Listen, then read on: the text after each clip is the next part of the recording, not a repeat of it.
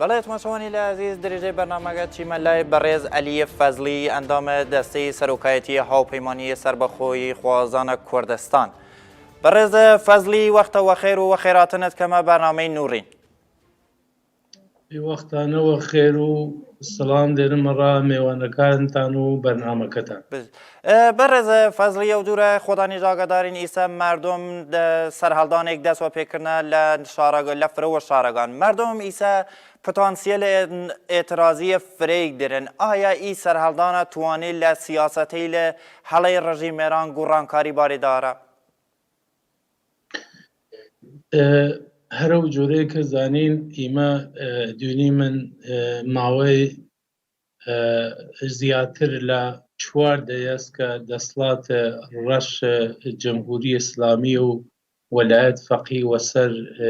خەڵقە لە ئێرانە حاکمە و ئی دەسڵاتە ڕەشیانە تا ئیسا بقێرەز ورسیەتی و زندان و شکنجە و بێکاری و هەژاری هیچ چشتتر و ئەرمەقانە ڕا ملەتەکانە تحتە ستەمە ئێران نەهاوردنە و نەیاشتنە. وەختێک دوێنێ من کە لە ئی ساڵە ئاخرە مردمە ورسە و هەژار و بێکار و بێدەرەتان و چەندین جارە و چەندین ساڵە تێنە ناو شەقامەکان و درشمەل جیاواز و لە ئاخریش وە ڕێک ڕەهبەر و خود وەلایەت فەقیهکەنە سەر لەوهێ شعارەکانیان و دەقیقەن زد ڕژیم وەلایەت فەقیه درشمەکانیان بەرزکەنەوە. ئەلانیش دوێنێ من کە لە ئیمڕۆژە مردمە ورسە و بێنان کە سفرەکانیان واقعەن خالیە لە جەمێک خواردن مناڵەکانیان ڕشیانە سەر خەیاوانەکان و دەنگ خۆیان بەرزکردنە سوە زدە ئی ڕژیم سەرکوتگەرە کە لە حاڵێکا درشم دێ و داوای نان و ئاو عێراق کێت، ئەڕا سوودان کێت، ئەڕا نازانم فەلەستین کێ، ئەڕا یەمەن کێ، ئەڕا ئەو گروپەلێکە کە سەروە خۆیان داوای نان و ئیمکاناتە ڕاوانەکە خۆی ملەتێک یا خەڵقە لە تحتە ستەم ئێران و کولەن مردمە ئێران ورسە کردووە و ستەم و زۆرداری توانستکەسن فەرمانڕەوایی خۆی وەسەر ئی مردمە بێدەرەتان و ئەسیر دەستە ئیدۆلۆژی جمهوری ئیسلامی بکەیت. بەڵێ بەڕێزە فەزلی گرانیە ڕوین و نان لە ئی ڕۆژەیە کە مردم سەرهەڵدان کردنە دژوە ئی گرانی و تەوەڕمە. ئایا ئیە سیاسەتێک ئاگاهانەست یا اینکە وە بێکەفایەتی خۆیان کۆنتڕۆل لە دەست مەقامیل دەرچیە؟ واقعاً توانین بشیم هەم ئاگاهانەست هەمیش یانە تو تماشاکەی ئەو کەسێک کە سیاست گوزارن یا لە ساختارە حکوومەتیە دێرن حکومڕانی مردم کەن یا حکومڕانیەک ئیمڕۆژە لە ئێرانە کەنە ئی ڕژیمە وەلایەت فەقیه ئێستا کە تماشاکی وە ملیاردها و ملیۆنها و سەدان تریۆنها تمەن و دولار یانە وناول مختلف دێرن و باندەل مختلف دێرن کە لە سفرە یا لە ئەمکانات یا لە بودجێ ئی مەملەکەتە دێرن دەزن و بەن و قارەتکەن و تماشاکەی ئاغازادەکانیان لە کشوەرە لێکە ئەوان واقعەن و خەتە قرمز زاننێ و کافر زاننێ و دوشمەن زاننێ وەلی ئاغازادەکان خۆیان و ئەمکاناتە فرەوە و بودجەگەل فرەوە و بودجەگەلێکە واقعەن قابلە تەسەور نییە کە ئینسان وەختێک باسە لێ بکەیت لێی ئەمکاناتە سادەکەن لە عینە حاڵدا کە مردمێک بێدەرەتان مردمێک بێ ئەمکانات بێکار ورسە کردنە و هیچ تەدبیرێک یا هیچ وەڵامێک لەلایەن دەسەڵاتە لە یەک لە دوای یەک ئێران وەکوە ناوەل مختلف هاتنە سەر حکم و یەی ئەو یەکی تومەتبارکێ کە من هاتمە سەر ماڵێک نازانم کە وەقەول خۆیان کە پێژن لە تیانەوی وت کە شەڕ و شەپەرزێک کە هاتمەس ئی ماڵە جەم بکەم وە تماشاکەم وەوە ناڕەسم کە خزمەتە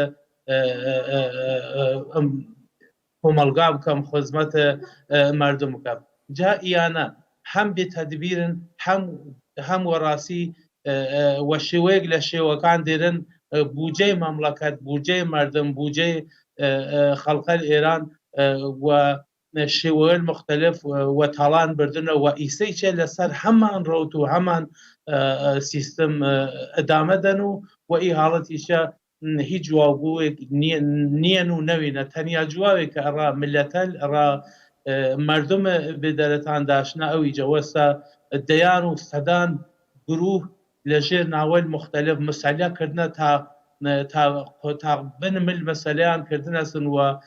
ئەسلها ئەویش بودجە و ئیمکاناتی مەملەکەتە کە نەنا اختیارانەویژە ڕاز ڕۆژگەلێ جووری جوە کەسێک ئەڕا تیکێنان بانەوە خەیاوان بار بوونێ ڕەگبار و دوونی من لە سەر کوچە و کوڵان شارەکان ئیمڕۆ کوردستان و نازانم ئەهواز و ئەو شوونەلێک کە بێشتر بۆ مەترسی ڕاخۆیان زاننێ و ئەنوای مختلف لە ناو ماشینە شخصی ئایا موسەلا لە باش شخصی هاوردنە لە پوشەوەیەک لە شارەکان دوونی نەیروەلن نظامی و ئەسلەهەوە یعنی واقعاً ئیمە وەختە تماشای ئی سیستمەکەیم ئی ڕژیمەکەیم لە جێ ئەوەیە کە باید وەڵامدەرە درستێک بوت ئەڕا ئی مردم و وەرسگە وەڵامی تەنیا بیەسە گلولە و زوڵم و زورداری و سەرکوت ئی مردمێکە کە واقعاً لە ناچاری هاتنە سەر خاوەن و داوای نانێک ڕا سەر سفرەکانیان کرد کە داشتون بخۆن. بەڵێ بەڕێز فەزلی خۆت باز لە هێزەی لە ڕژیمێران لەسەر خیاوان و کوچەکان کردیت باز لێ لایجە و باز لە تاڵانکاری و ئاغازادەکان کردی ئەرا ئی مردمی وە دەسە خالی هاتنە سە خیاوان داوای نانکەن لە شوونە کۆرۆنا کە مردمە فرێک لە ئێران و ڕۆژهەڵاتە کوردستان گەنیان وە دەستان وە خاترە ئەو نەخۆشیە ئیسا ئەڕا خامنەیی و دارودەسەی و ڕئیسی کە هاتێسە سەرکار ئەڕا توان مردم قەتڵە ئام بکەن کە مردم بەسنە ڕەگبار یانە مردم چه خەتەری دەریگەڕا سەرە ڕژیمێران یانە خۆ هیچ ساڵە کە حکوومەتکردنەوە توانستنە دریژە و ئی ستەمکاریانە بێ هەروە کوشت و کوشتار نەویست ئیمە دوونی من لە هەر دەیەک کاکیانە حکوومەتکردنەوە نەوئێک مردم کوشتنە و زڵم و ستە مەسەلەن ئەگە تادیوەکە ئەحزاب کوردیە کە مبارزە کردن زەدی ڕژیمە تماشا کردیم ڕەبتیاندانە خارج و نازانم ڕۆژە گواتن سەدام حوسێن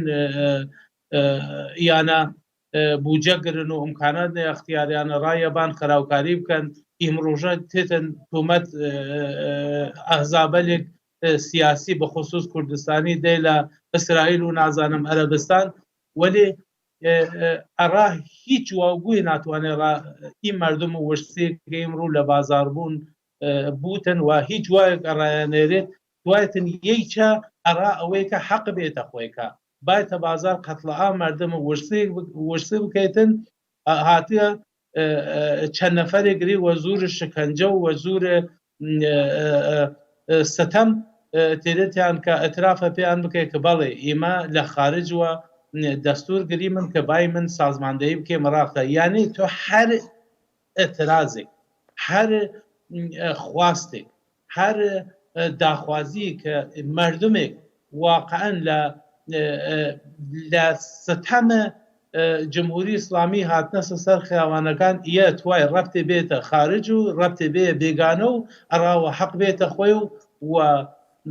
هێزە سەرکوتکەرەکانێکی ئیمڕۆژە کوچە و کۆڵانەکان تەنینە ڕا سەرکوت مردم سەرکوتیان بکەیت و دەنگە ڕەوا و ئازادی خوازی مردمەکە کە بکەیتەوە سەرکوتیان بکەیت. بەڵێ بەرەز فەزلی باز لە کوشت و کوشتار کردی ئی مامورەی لە کە ئیسە تەقەکەن لە مردم تەنانەت ئیسە کە باسەلێکردنە هەتا مناڵیش هەنا و کەسەی لە کە زامدار کریانە ای ماموری لایان چه سیستمیک آموزش دریانه که ایجوره که و مردم دنه ورد دسترجه کله مگر خویان حقوقیان چه نگه یا چه درجه گرن که ای جنایتی لانجام ده؟ ایانه سیستمن ای رژیم جمهوری اسلامی گروپل مختلف سازماندهی کرده و ای گروپلی چه گشتیان لجیل مخصوصی که اویش واقعا سرچاوی گشتیان اطلاعات و سپای پاسدارانه ایانه دیرن تمرین دانه یا و هر حال تنها تمرینێکیش کە دیناس ئیانە کە بتوانن بان وە شێوەیەک دەڕندانە و بێ ڕەحمانە نوای مردمێک بگرن کە داوای ماف و داوای خواستە ڕەواکەن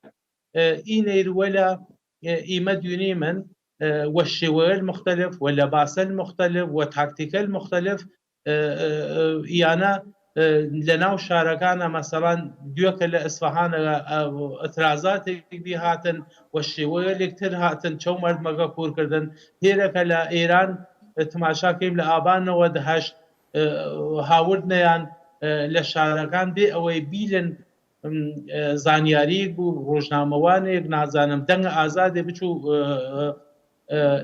پوششە ئەو ئەترازە دەبێتن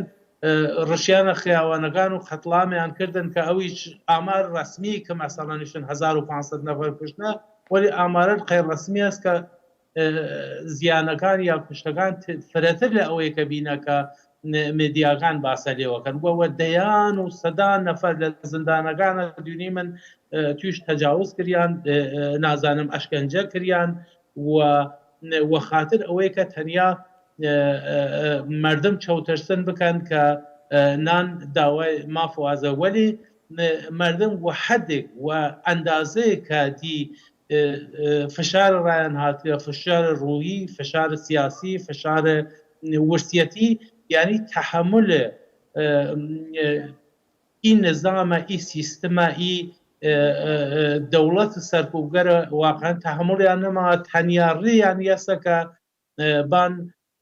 بوتە شۆڕش ورسیەکان و بان لە مقابل دەوڵەتێک سەرکوبگەر و دیکتاتور و ڕەهبەری واقعا دیکتاتورێک کە لە سەردەما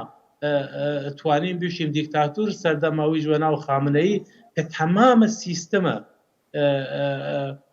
کشوەر گردێ سەرژێر کۆنترۆل خۆی و هەرچی فەرمانیچە باید لە لای خامنەیەوە باێتە دەیشت وە لە خواری چۆ ئەجرا بکرێ زدە خود خامنەیی و تەمام شعارەکانیان و تەمام دروشمەکانیان ڕێک ڕێوەڕووی خامنەیی بێسۆ و خامنەیش هیچ وڵامی نێرێت ئەڕا مردم وە ئی چل ساڵیچە قسە کردە و یەکی جار وڵامدەر مردم نەوێ وڵامێ تەنیا لە ناو خیاوانەکان و گولەوارانکردن خەڵکە لە ئازادی خواز و خەڵکە لە مافخواز بیست. بله برز فضلی وجور آخرین پرسیاریه لیت بکیم اگر چو لتاریخ دستلاداری 44 ساله رژیم ایران بکیمن ایما گل کرد فراترین زجر و ستم و ظلم و یعنی تحمل کردیم ایسا سرحالدانیگی لناوچگان دست پیک کرده رسیس ناوچه لرستان خواره اگر تماشایی بکیم نزی و کرماشان و ایلام و سنو بیسو ایسا نقش مردم کرد لرزلات کردستان چیز که یعنی پیوست بونه این نارضایتی و گشتی یکلایی و بکن چارنیوس خویان من باور دارم و امیدی شمیسته که مردم کردستان که همیشه لسر پابی نس ارا آزادی و ارا رزگاری و ارا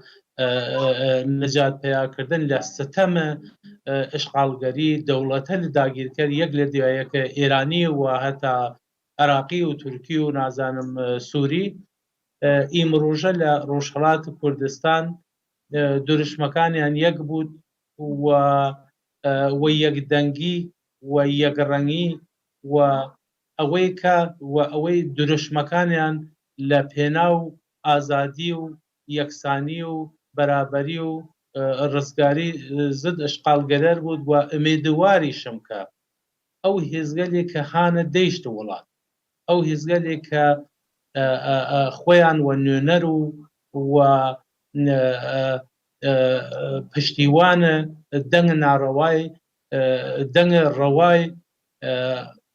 مردمە ڕۆژهەڵات زانن دژە حکوومەت ناڕەوای جمهوری ئیسلامی بتوانین یا بتوانن لە ئێرە وە شێوەوەلێک درست و ئوسولی لە گوزەشتە لە دیرۆک لە ڕابردوو تەجروبە وەربگریم و بتوانی من بای من هاودەنگ هاوڕەنگ یەکتری سیە نەوینی من یەکتری ڕەش نەکەی من وە سفێت تماشای یەکتر بکەیم و دەنگەکانمان بکەیمە یەک لە ڕاستای ئەوەیە کە بتوانی من پشتیوانێک واقعەن ڕاستی و درستی من ئەڕا خەڵقە کۆمان و دروشمەکانمان وەرە و ئەوە هەدایەت بکەیم کە بتوانی من لە ستەمە جمهوریە جەهل ئیسلامی ئەڕا یەکجاری ئازاد بیمن و ئارەزووە لە دێرینە خۆمان لەسەر میلکان و وارگە خۆمان لە ڕۆژهەڵات کوردستان بڕەسین. بەڕێزە ئەلی فەزلی ئەندامە دەستەی سەرۆکایەتی هاوپەیمانی سربەخۆی خوازانە کوردستان دەستخواچی لە لید کەیم لەوەی کە داوەتمان قبول کردی و لە بەرنامەی خۆدان نوڕین بەشداری کردی. سپاس ڕای و مەمنون.